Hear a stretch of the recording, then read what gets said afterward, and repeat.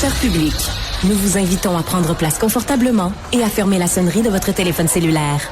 En cas d'incident, veuillez repérer les sorties de secours les plus près de vous. Bon divertissement. 1, 2, 1, 2. OK, c'est bon, on peut y aller. Sophie Durocher. Elle met en scène les arts, la culture et la société.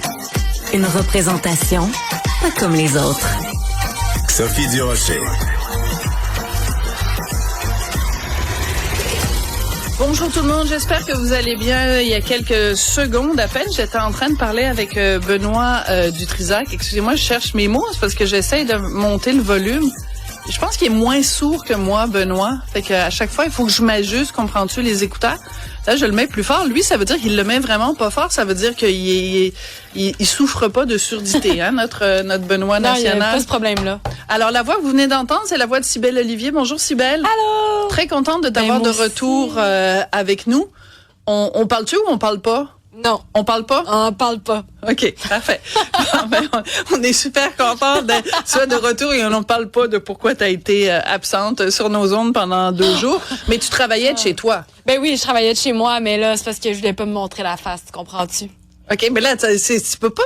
Une porte ne peut pas, elle doit être ouverte ou fermée. J'avais un orgelet. Bon, Sophie, c'est pas grave, mais c'est pas comme une maladie non, mais c'est honteuse, là. atroce. C'est atroce, ça fait mal. Ben, moi, ça me fait mal. OK, parlons-en. Je vais vous expliquer. Si jamais, on m'a expliqué que quand on travaille souvent devant les écrans, on cligne moins des yeux. Et quand on cligne des yeux, il y a des petits canaux dans nos paupières qui font des sécrétions à chaque fois. Mais quand on cligne moins, nos sécrétions peuvent parfois ne pas s'échapper et donc ton œil enfle et c'est là que ça développe un orgelet. D'accord. Et donc, c'est ce que j'ai vécu. Mais qu'est-ce que je t'ai dit quand je t'ai vu la première fois, depuis ton retour? Je t'ai dit, tu es splendide et même un orgelet n'atteint en rien ta grande beauté. Alors, on aurait dû commencer par ça. On aurait dû commencer par ça. Alors, voilà, je l'ai dit publiquement. Bon, fait que c'est ça. Si vous avez des questions, 1-877-827-2346. Je pensais que tu allais dire un 877 orgelet. Ah oui, si, j'ai consulté plein de monde vu que vous avez des questions. Hey, c'est quoi? ORGELET. Ouais. Ben, c'est 7 lettres, 7 chiffres. T'as comprends-tu? Ben oui, un numéro de téléphone, il y a 7 chiffres. 1, 2, 3, 4, 5, 6, 7, des ORGELET. Donc, me donne un chiffre les pour chiffres, chacun. ça va vite, là. C'est une de tes ça grandes c'est pas tout le monde, ça va aussi vite. Ah non, moi. Bonjour, je me rétablis. Salut, c'est un grand plaisir. Très contente d'être là de retour. Ça fait des années que sur les ondes de Cube ou ailleurs, je reçois ma prochaine invitée. Habituellement, je la reçois comme avocate qui a placé au cœur de sa pratique, et je dirais au cœur de son cœur, le bien-être des enfants. Mais aujourd'hui, je la reçois comme nouvelle bâtonnière du barreau de Montréal. Vous aurez sûrement reconnu avec cette description-là Maître Valérie Assouline. Maître Assouline, bonjour. Bonjour.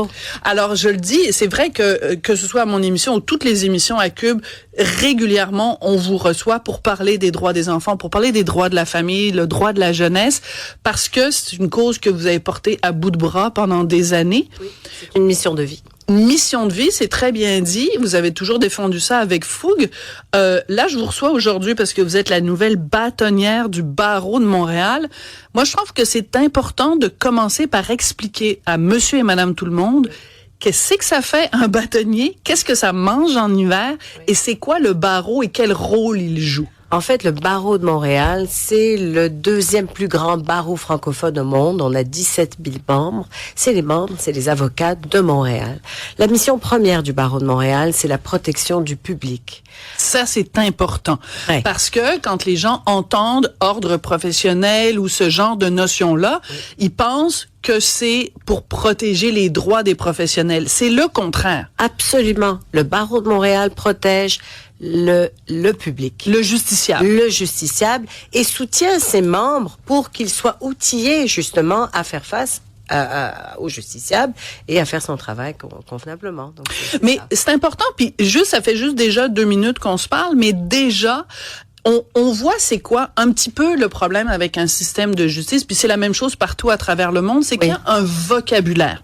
et que le monsieur et madame tout le monde, on vient de dire, ne serait-ce que l'expression le justiciable. Oui, c'est vrai. Okay?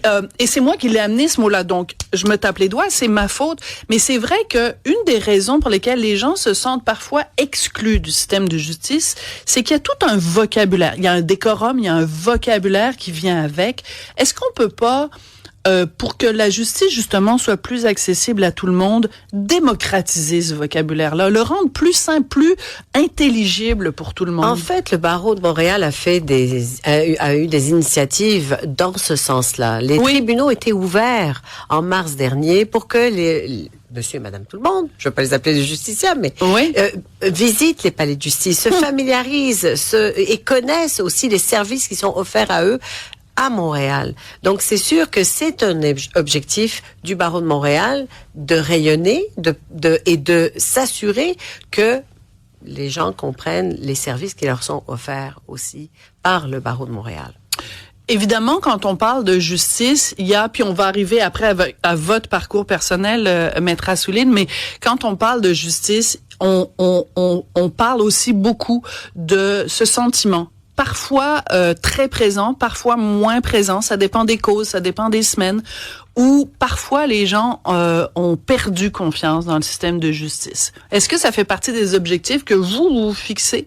C'est un objectif aussi qui fait partie de ma mission de vie depuis le temps qu'on se parle.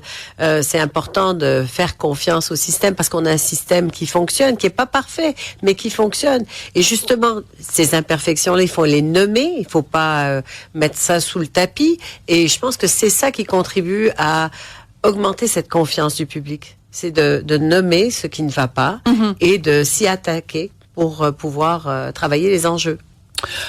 Donc, on l'a dit, vous, pendant des années, vous avez été madame ou enfin maître spécialisée vraiment dans les droits des enfants. Oui. Et moi, j'ai senti, je vous le dis comme intervieweuse, j'ai senti toujours énormément d'humanité. Quand il y avait un enfant qui souffrait quelque part, c'était pas juste une cause avec un petit C ou un grand C, c'était vraiment, ça venait vous chercher dans vos tripes. Comment on traduit ça quand on devient bâtonnière au barreau? Eh bien, on le traduit avec le thème de mon bâtonnat, c'est la bienveillance au cœur de la justice.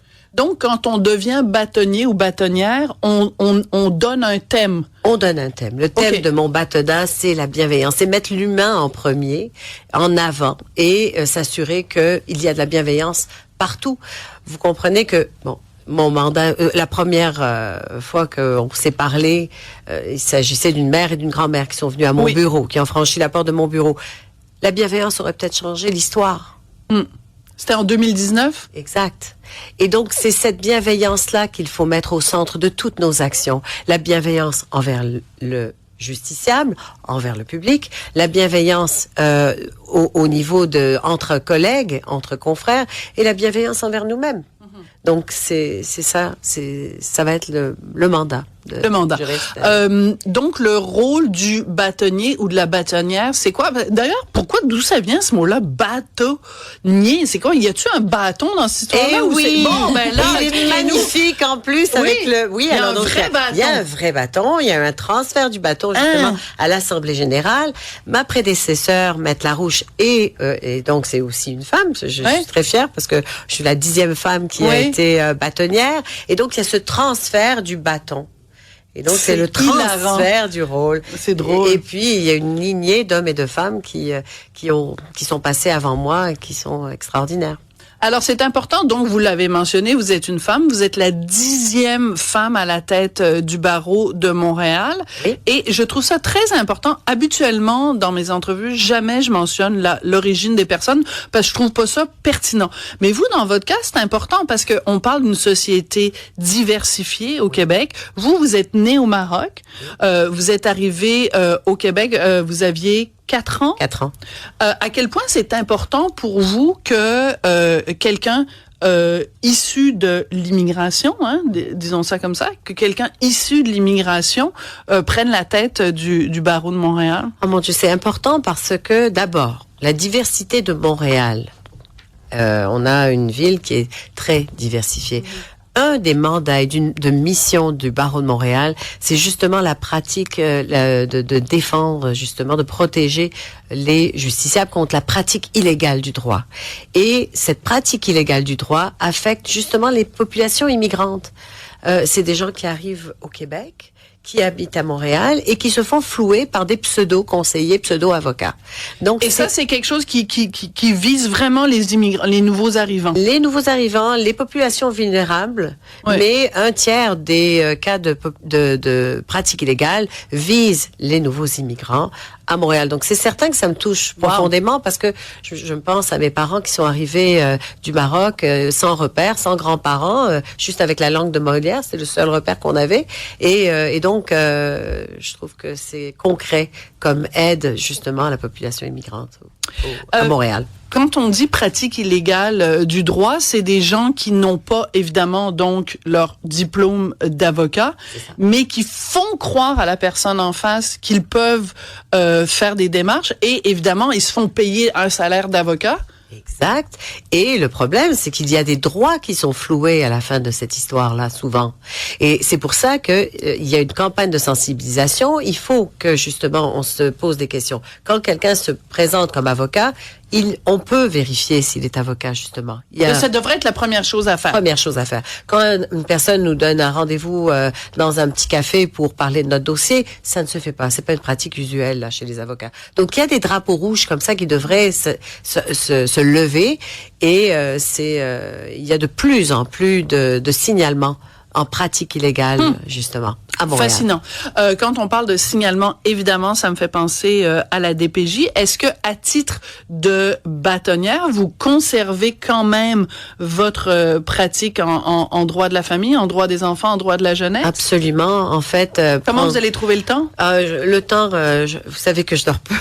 Vous savez que je dors peu. Non, je sais pas, je l'apprends là. Vous savez pas? OK. Mais le temps, je partage mon temps, mais c'est certain que je vais maintenir justement cette voix parce que ma voix, je sais qu'elle est importante et il faut nommer les choses lorsqu'il y a des choses à changer et ce n'est pas du tout de l'autocensure ou quoi. Je vais continuer à parler des enjeux des enfants justement.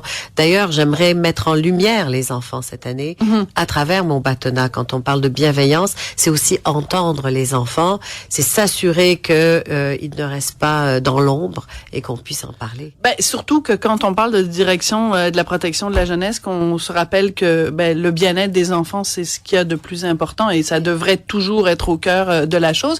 Est-ce que au Québec, là évidemment on parle de Montréal, mais est-ce que au Québec en général, on a une justice qui est trop sévère ou pas assez sévère?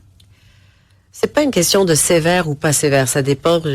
Mais c'est pas la rigueur le problème. Il faut qu'il y ait de l'humanité à travers tout ça. Et il y en a pas assez selon vous en ce moment? Il devrait en avoir plus. Oui.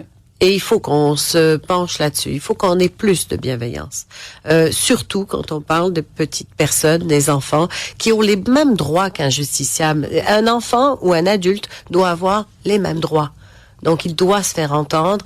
Et je pense que plus de formation aussi, c'est important. C'est ce que j'aimerais faire aussi, offrir avec le barreau de Montréal, plus de formation en droit de la jeunesse, qu'il y ait plus d'avocats intéressés à faire ce droit aussi.